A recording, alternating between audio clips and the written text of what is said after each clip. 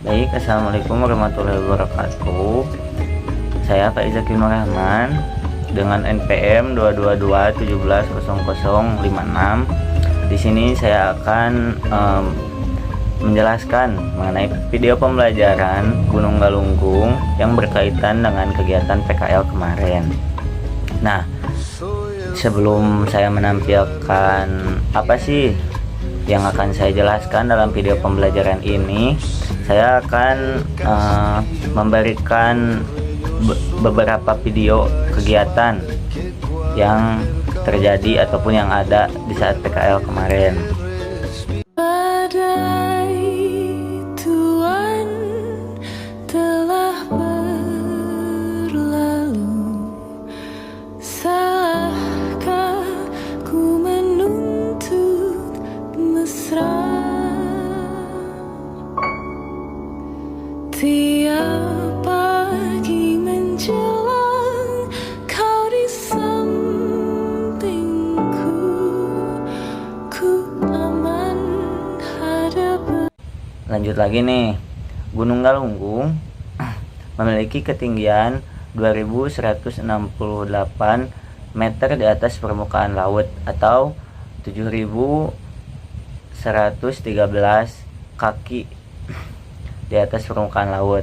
Nah, Gunung Galunggung ini terdapat di Kabupaten Tasikmalaya, Provinsi Jawa Barat. Nah, jenis gunungnya itu yaitu stratovolcano atau gunung yang memiliki bentuk kerucut. Nah, untuk yang selanjutnya, ringkasan mengenai Gunung Galunggung. Gunung Galunggung adalah salah satu gunung aktif yang terdapat di Tasikmalaya dan juga salah satu gunung aktif yang terdapat di Jawa Barat ya. Nah, bentuk Gunung Galunggung ini ialah strato dengan tipenya itu tipe A. Nah, tipe A itu berdasarkan yang saya lihat di websitenya SDM. Nah, tipe A itu banyak gitu di Indonesia, seperti Gunung Semeru, Gunung Sinabung, Anak Krakatau. Nah, kalau misalnya Galunggung, Gunung Semeru itu kan terdapatnya di benua gitu. Nah, kalau misalnya Anak Krakatau dan Gunung Api Banda itu terdapat di samudra. Nah, ini saya tampilin nih video Gunung Api Banda, misalnya kalau teman-teman gak tahu nih. Aman ada bersamamu selamanya,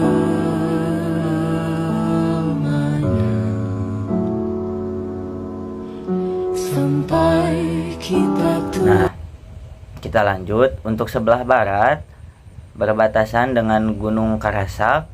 Gunung Galunggung ini berbatasan dengan Gunung Karasak. Nah, untuk sebelah utara berbatasan dengan Gunung Talaga Bodas. Untuk sebelah timur berbatasan dengan Gunung Sawal, dan sebelah selatan berbatasan dengan Batuan Tersier Pegunungan Selatan. Untuk Gunung Galunggung ini terbagi ke dalam 3 morfologi, yaitu kerucut gunung api, kaldera Galunggung, dan perbukitan 10.000. Nah, kerucut gunung api ini yang berada di atas Gunung Galunggung. Nah, kaldera itu yang terdapat pada kawah Galunggung, dan perbukitan 10.000 itu berada di bawah atau di kaki yang menyebar ke beberapa penjuru di Tasikmalaya. Nah, untuk aktivitas Gunung Galunggung ini, praletusan 1822. Nah, yang pertama ya. Pada praletusan di tahun 1822 ini terjadi letusan raksasa dengan jari-jari 1000 meter. Nah, dapat kita ketahui begitu dahsyatnya pada tahun 1822 ini. Ada kemungkinan pada waktu itu Gunung Galunggung sebelah timur runtuh dan terbentuklah kawah berbentuk sepatu atau tapal kuda sebagaimana terlihat sekarang. Nanti akan diberikan beberapa gambaran untuk teman-teman lebih mengetahui nih gimana proses-prosesnya.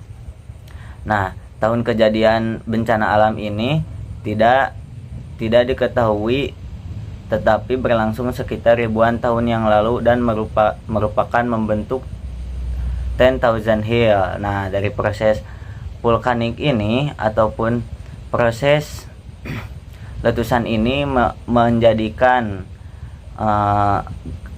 daerah Tasikmalaya ini dibentuk 10,000 hill atau 10.000 bukit itu terjadi karena letusan sebelum 1822 ini.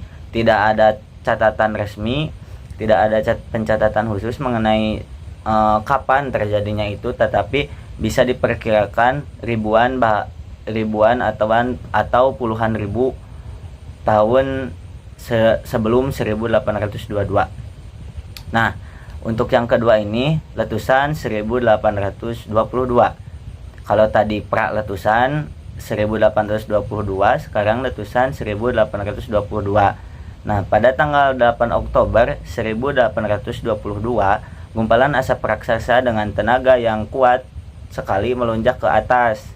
Kemudian seluruh gunung api tertutup oleh gumpalan asap dan suara ledakan banyak terdengar. Nah, hujan abu dan lumpur merusak tanaman hingga sejauh 40 km ke sebelah barat dan selatan. Nah, dapat kita ketahui ya teman-teman, begitu dahsyatnya saat itu letusan 1800 pada tahun 1822 ini.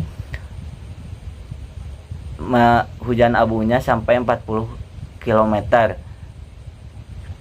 Nah, letusan tersebut menyebabkan 4.011 orang meninggal dunia. Menurut Neman Van Padang, sebelah tenggara Gunung Galunggung tertimbun lahar, batu, dan lumpur sebanyak 100.000 meter kubik lebih. Nah, yang ketiga ini ada nih letusan 1894 terjadi pada 7 sampai 11 Oktober 1894 menyebabkan dinding kawah dalam ambruk dan 50 desa hancur. Nih kebayang nih kalau 50 desa hancur berarti bisa saja sampai ke kota Tasikmalaya pada saat ini. Bahkan ada nih dalam video dokumenter, kalau teman-teman mau nyari silakan cari aja di YouTube, cari aja nih Gunung Galunggung meletus 1982. Nah, di sana ada nih foto-foto dan video penjelasan mengenai letusan Gunung Galunggung pada tahun 1982 yang akan saya jelaskan nih selanjutnya. Nah, untuk yang selanjutnya itu yaitu letusan 1982 sampai 1983. Letusan ini terjadi pada tanggal 5 Mei 1982. Fase terbagi dalam 3 fase, yaitu fase pertama 1 Mei sampai 6 Mei 1982. Nah, pada letusan yang terjadi pada tanggal 5 Mei yang diawali pada tanggal 5 Mei 1982 ini, tepatnya pukul 05.00 waktu Indonesia Barat, letusan terakhir berlangsung cukup lama disebabkan karena lubang kepun dan tertutup oleh kubah lava atau lava dome yang terbentuk pada letusan 1918 disertai suara dentuman pijaran api. Oke, perlu kita ketahui atau perlu teman-teman ketahui, letusan pada tahun 1918 itu adalah letusan efusif yang saya tidak sebutkan dalam video pembelajaran ini ya. Sebelumnya terjadi letusan efusif pada tahun 1918 disertai, nah pada tahun 1982 ini disertai suara dentuman, pijaran api, dan kilatan halilintar. Kegiatan letusan berlangsung selama 9 bulan dan berakhir pada 8 Januari 1983. Nah, periode erupsi terbagi dalam 3 fase. Nah, fase pertama ini yaitu 5 Mei sampai 6 Mei 1982. Nah, pada fase pertama ini erupsi tipe Palean yang menghancurkan 40% kubah lava Gunung Jadi, gunung baru yang keluar dari lubang erupsi, serta menghasilkan awan panas, hujan batu, abu, dan gas. Nah, betapa hebatnya, betapa besarnya letusan pada tahun tersebut ya. Dan juga pada letusan 1982 ini sampai ke kota-kota besar ataupun kota-kota lain yang berada di Indonesia, bahkan sampai ke luar negeri.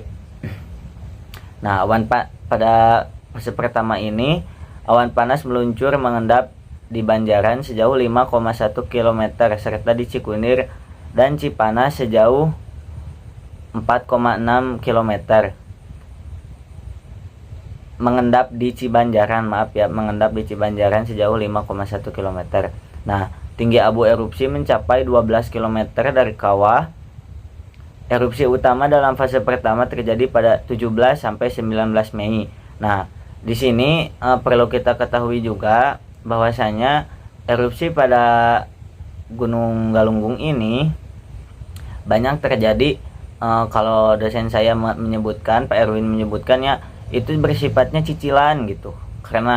Entah karena itu ciri khas orang Tasik yang suka kredit barang pada zaman dahulu ya. Nah, jadi prosesnya itu misalnya 1 bulan berhenti, baru dilanjutkan lagi, 1 bulan berhenti, dilanjutkan lagi lah. Mungkin seperti itu. Nah, tinggi asap erupsi mencapai 30 km dan sisa kubah lava tinggal 5%.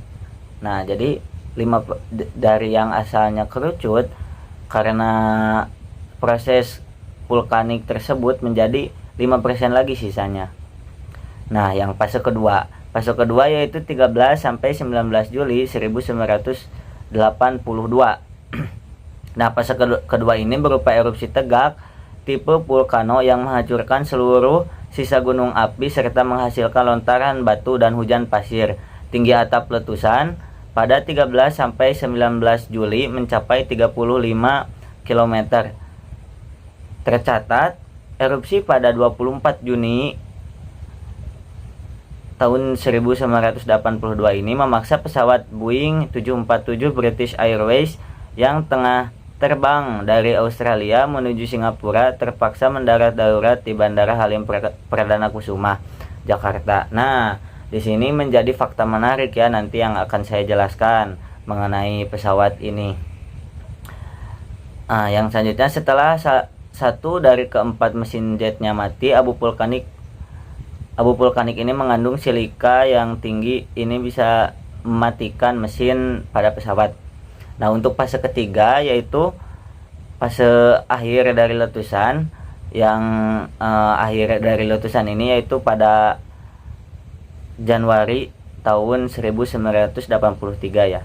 Nah, di sini di fase ketiga ini berupa erupsi strombolian yang melontarkan batu pijar seperti kembang api. Daya rusak erupsi ini kecil dengan tinggi asap erupsi maksimal 12 km saja.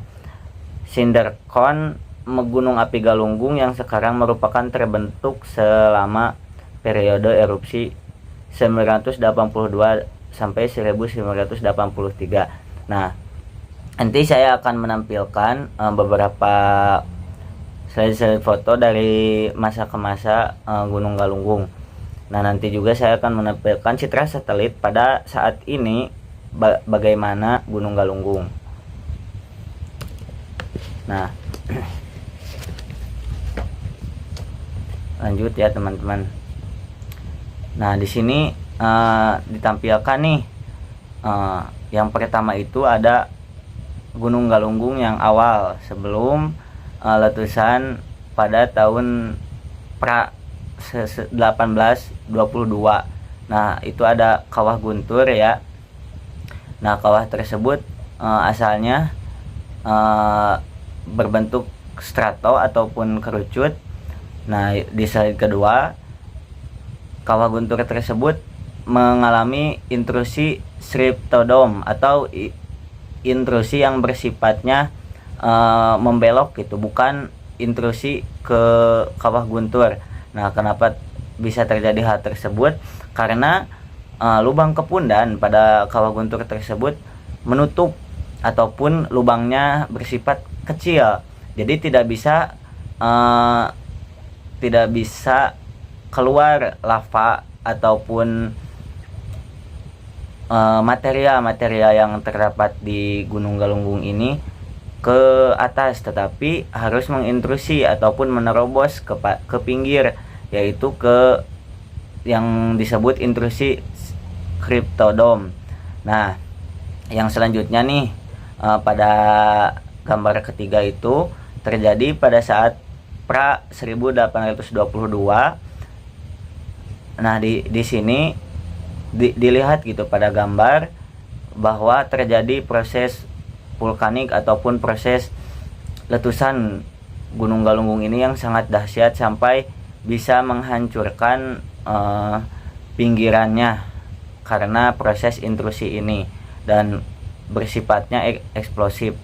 Nah, pada slide selanjutnya pada gambar keempat, proses dari vulkanik ini menyebabkan terdapat perbukitan 10.000. Nah, jadi perbukitan 10.000 ini telah ada sejak pra 1822. Proses vulkanik ataupun kegiatan vulkanik di Gunung Galunggung sebelum 1822. Nah, untuk yang kelima ini, gambar kelima ini adalah proses erupsi yang sering disebut Cibanjaran. Nah, pada proses erupsi ini ada yang dari tahun 1894, 1918 dan 1822, 1982, 1983. Nah, jadi proses vulkanik ini berbeda gitu. Kalau misalnya kan tadi yang pra 1822 itu sangat dahsyat sampai membentuk perbukitan 10.000, kalau ini hanya di atasnya saja ya. Nah, untuk yang ke gambar ke-6 ini, jadi ini gambaran Gunung Galunggung pada masa kini nih. Jadi ada kawah Galunggung, ada perbukitan 10.000, dan di bawahnya itu adalah kota Tasikmalaya. Nah, kawah Galunggungnya itu kita lihat di atas ya ada. Nah, dan si perbukitan sebelum perbukitan 10.000 yang di atasnya itu sangat tipis gitu. Kalau misalnya kita lihat itu sangat tipis, dan itu menjadikan tempat kalau misalnya kita ke Gunung Galunggung memakai tangga ya kita ke sana, nah melihat kawah itu di sana. Jadi kalau misalnya terjadi letusan kembali, maka akan langsung gitu ke Bukit 10.000 letusannya. Nah, kita lanjut ke slide selanjutnya mengenai Bukit 10.000 atau 10,000 Hill. Nah, tadi sudah saya jelaskannya mengenai gambar ini. Nah, apa itu Bukit 10.000? Bukit 10.000 adalah bukit yang ada akibat dari aktivitas vulkanik Gunung Galunggung di Tasikmalaya. Terdapat banyak bukit-bukit yang memiliki 10 sampai 50 meter untuk ketinggiannya. Nah, dari ketinggian dari bukit-bukit ini bervariasi nih. Di tempat saya juga ada misalnya bukit yang terdapat di tengah-tengah sawah misalnya. Nah, bukit itu paling tingginya juga dari permukaan tanahnya itu paling mencapai hanya puluhan meter ya, 10 meter biasanya seperti itu. Tapi ada yang juga yang menjulang tinggi sampai 30-an meter bahkan ada. Nah, kawasan mana saja yang menjadi Bukit 10.000? Nah, yang menjadi Bukit 10.000 ini tersebar mulai dari kaki Gunung Galunggung sebelah tenggara hingga selatan ke daerah Singaparna, dan timur hingga tenggara Singaparna, dan sebelah timur hingga ke daerah Ciberem, dan sebelah utara hingga daerah Indihiyang. Nah, apa sih fungsi dari Bukit 10.000 ini? Sebagai benteng alami jika terjadi banjir lahar dari Gunung Galunggung. Nah, misalnya teman-teman nih, kalau misalnya naudzubillah ya, kita jangan berharap gunung aktif kembali. Nah, misalnya Gunung Galunggung ini terjadi nih letusan. Nah, jadi si letusannya itu gak akan sampai ke kota Tasikmalaya ataupun ke daerah-daerah di bawahnya. Karena apa? Karena ada Bukit 10.000 tadi yang menjadi benteng alam. Jadi kalau misalnya terjadi lahar yang turun ke permukaan atau ke pemukiman warga, akan tertahan oleh Bukit 10.000 tersebut. Nah, mirisnya sekarang Bukit 10.000 itu mulai tidak ada dan diubah ataupun dieksploitasi secara habis-habisan. Ada yang dijadikan perumahan ataupun yang diambil sumber dayanya dan terbengkalai begitu saja ataupun dijadikan perumahan. Banyak gitu, dari yang asalnya ribuan,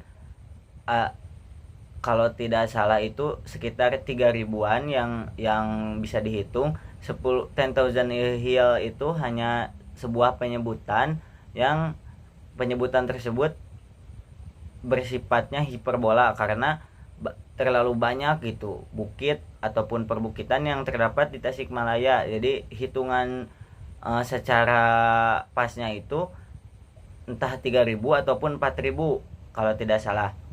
Nah, yang sekarang tinggal bersisa itu hanya sekitar 1.000-an.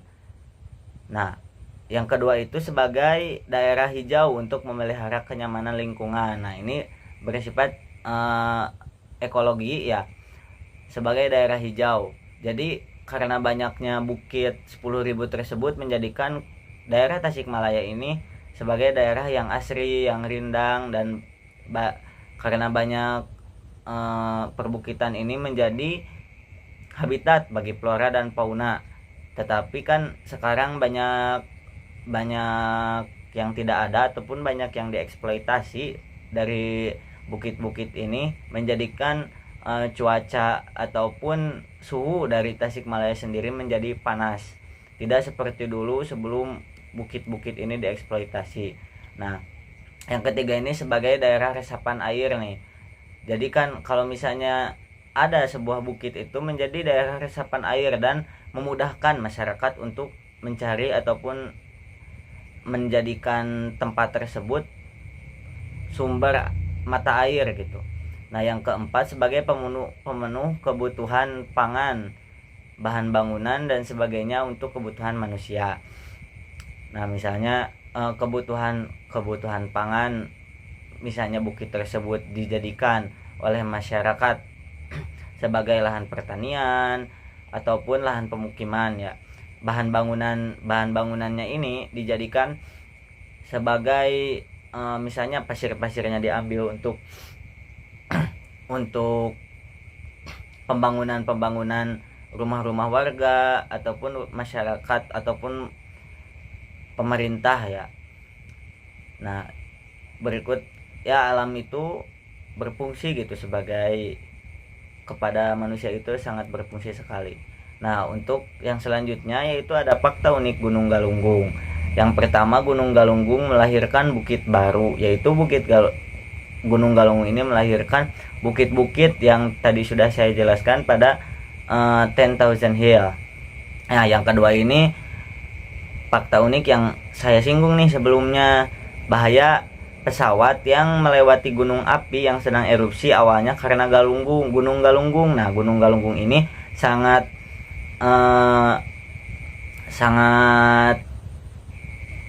penting gitu dalam dunia penerbangan karena riset yang ditemukan itu bahwa sebuah pesawat tidak boleh melewati gunung api yang sedang erupsi karena abu vulkaniknya itu bisa merusak abu vulkanik itu yang mengandung silika yang tinggi dapat menyebabkan kerusakan pada mesin pesawat tersebut. Nah, dalam dunia penerbangan ini diketahui pertamanya itu pada saat Gunung Galunggung itu sedang erupsi karena kejadiannya tadi saya jelaskan pada 24 Juni tahun 1982 yang pesawat Boeing 747 British Airways yang tengah terbang dari Australia menuju Singapura terpaksa mendarat darurat nih karena salah satu dari keempat mesin jetnya mati. Nah, jadi pentingnya kita mengetahui mengenai sejarah Gunung Galunggung ini di dunia penerbangan itu sangat penting karena mengetahui ataupun para ahli-ahli ini meriset bahwa dari abu vulkanik ini sifatnya sangat merusak kepada mesin pesawat. Nah, untuk yang ketiga itu menjadikan melimpahnya pasir yang bagus untuk bahan bangunan. Nah, jadi di kaki Gunung Galunggung ataupun di sekitaran Gunung Galunggung ya, di Kecamatan Sukaratu ataupun yang sebagainya, banyak itu pasir-pasir yang dikirim ke Jakarta, ke Bandung untuk membuat megaproyek ataupun yang sebagainya karena kualitas dari pasir Galunggung itu sangat bagus sekali bagi bangunan.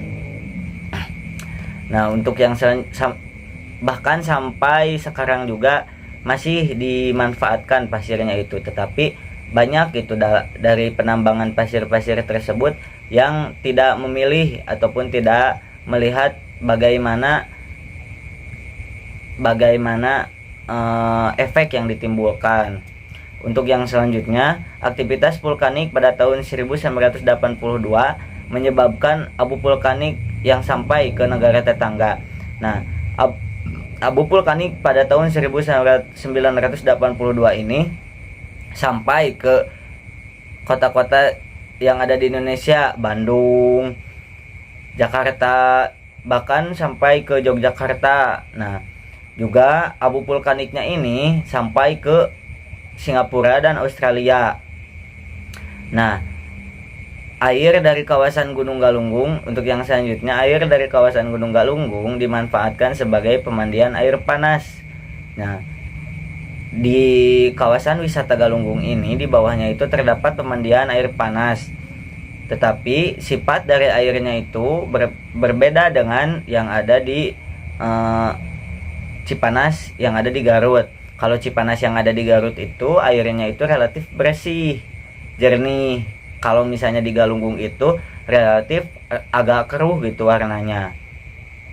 Nah, untuk yang selanjutnya, yang keenam, Gunung Galunggung dijadikan sebagai wisata dan sumber penghasilan masyarakat. Nah, Gunung Galunggung ini sebagai wisata alam dan akan menuju proses dijadikan geopark. Nah, dari mulai misalnya di sini terdapat nih di Galunggung ini ada Kawah Galunggungnya sebagai kawasan wisata dan juga edukasi apa sih yang terjadi pada Galunggung dahulu itu. Nah, juga sebagai wisata seperti yang saya sebutkan tadi, yaitu dijadikan sebagai pemandian air panas dan sumber penghasilan masyarakat. Nah, sumber penghasilan masyarakat ini membantu masyarakat di sekitarnya untuk misalnya berjualan tanaman-tanaman ataupun hasil perkebunan di daerah Galunggung. Juga membantu masyarakat dalam perekonomiannya itu seperti masyarakat membuka warung-warung kecil yang ada di kawasan Galunggung, dan hal tersebut juga membantu gitu kepada masyarakat. Nah, untuk yang selanjutnya, nama Tasikmalaya yang berasal dari aktivitas Gunung Galunggung pada tahun 1822. Nah, menurut Ahmad Syah pada tahun 2004, nama Tasikmalaya berasal dari kata tasik yang artinya tasik dan laya, yang berarti kesik ngalayah dalam bahasa Sunda, atau disebut pasir yang berserakan atau banyak pasir di mana-mana. Nama tersebut sangat terkait dengan aktivitas gunung api Galunggung, terutama pada letusan 1822 yang cukup besar yang menyemburkan pasir panas ke arah kota Tasikmalaya. Dugaan lain menyebutkan bahwa Tasikmalaya berasal dari kata tasik dan Malaya. Tasik artinya danau atau laut, bahasa Sunda yang artinya cai nu ngambang, dan Malaya berarti nama deretan gunung di pantai Malabar atau India. Secara keseluruhan dapat diartikan gunung-gunung atau bukit itu seolah-olah banyaknya seperti air di laut. Dalam bahasa Sunda dikatakan gunung-gunung teh lir ibarat cai laut anu lobana. Nah, jadi ada nih kaitannya sejarah nama Tasikmalaya ini berasal dari aktivitas Gunung Galunggung. Nah, untuk yang selanjutnya yaitu di sini saya akan menampilkan pos vulkanologi Gunung Galunggung yang terletak pada Kampung Sayuran, Desa Padakembang, Kecamatan Padakembang, Singaparna, Kabupaten Tasikmalaya. Nah, kalau teman-teman pengen main nih ke pos vulkanologi, nah terdapat pas di depan Desa Padakembang ini. Nah, di pos vulkanologi ini ada apa aja sih? Nah, di sini ada alat-alat pengamatan untuk gempa. Nah, yang pertama itu ada alat pengukur untuk bagaimana sih gempa tersebut, apakah misalnya gempanya tinggi ataupun tidak. Nah, kalaupun misalnya gempanya itu tinggi, maka alatnya itu akan sangat bergeraknya akan lebih cepat. Nah, alat untuk pengukur gempa sendiri ini disebut juga sebagai seismograf atau alat pengukur gempa. Nah, yang kedua ini nih ada dari hasil seismograf ini langsung diupload ke pusat gitu yang dapat dilihat oleh masyarakat. Nah, untuk yang selanjutnya ini ada nampak ruangan bagaimana sih di pos vulkanologi ini ataupun pos pengamatan Gunung Galunggung ini. Nah, kalau misalnya teman-teman ada yang nanya nih, kenapa nih si pos vulkanologi ini terdapat jauh gitu dari Gunung Galunggung? Nah, alasannya kalau misalnya dekat dengan Gunung Galunggung ini pasti kalau misalnya terjadi erupsi, pos pengamatan ini akan tidak bisa melaporkan bagaimana kondisi Gunung Galunggung ini. Nah, jadi kenapa jaraknya jauh gitu dengan Gunung Galunggung, supaya jika terjadi letusan tidak mengakibatkan rusak pada bangunan ataupun pada pos vulkanologi ini. Tetapi di kawasan kawah juga ada alat-alat sebagai pengukur, misalnya pengukur keasaman pada kawah. Kalau misalnya terjadi erupsi nih, pasti tingkat keasaman pada kawahnya itu akan berubah. Juga ada CCTV di kawah tersebut, kawah Galunggung juga, supaya mengetahui bagaimana proses yang terjadi di Gunung Galunggung. Juga ada alat sebagai pengukur gempa yang ditanam di tanah. Itu akan bisa berbeda gitu bagaimana proses gempa vulkanik dan gempa tektonik. Untuk yang selanjutnya itu ada longsor Galunggung. Nah, kita akan membahas mengenai longsor Galunggung. Nah, Gunung Galunggung ini terjadi longsor baru-baru ini. Pada Maret 2023, longsor tersebut terjadi di kawasan Kawah Galunggung dan tidak menimbulkan korban jiwa. Nah, dapat kita lihat nih pada foto ini bahwa Gunung Galunggung itu tuh yang asalnya dulunya itu hijau, daerah yang hijau karena proses longsoran menjadi ada bekas longsorannya. Nah, air dari Kawah Galunggung juga tertimbun gitu karena longsoran tersebut. Nah, di sini nih kalau misalnya teman-teman pengen lebih jelas, ada video longsor di Galunggung yang akan saya tampilkan. Nah, ini ada yang di sebelah kiri saya ataupun yang dari iNews itu proses pas terjadinya Kawah Galunggung itu longsor dan pasca Gunung Galunggung longsor yang ditampilkan dari akun TikTok Andrea Ramadan 91. Nah, di sana bisa dilihat ya teman-teman, bagaimana sih setelah longsoran Galunggung itu terlihat dari atas itu seperti apa, atau dari drone itu seperti apa.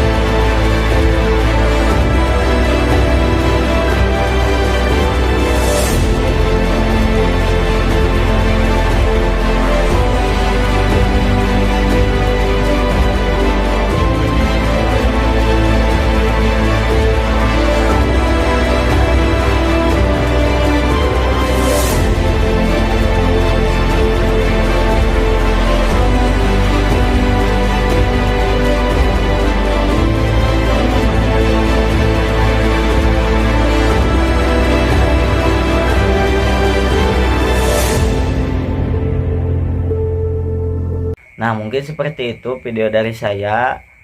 Thank you for attention. Syukron ala ikhtimamikum.